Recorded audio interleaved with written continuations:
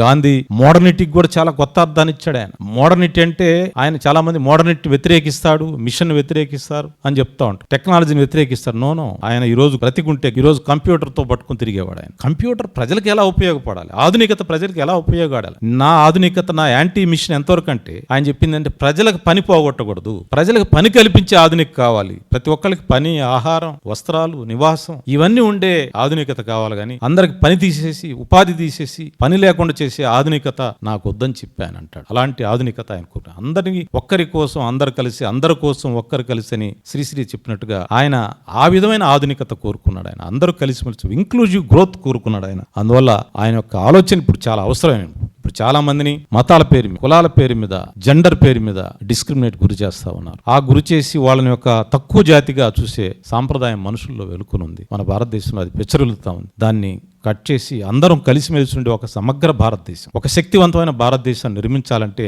గాంధీ ఆలోచన ఇప్పుడు చాలా అవసరం అని చెప్పేది భావిస్తూ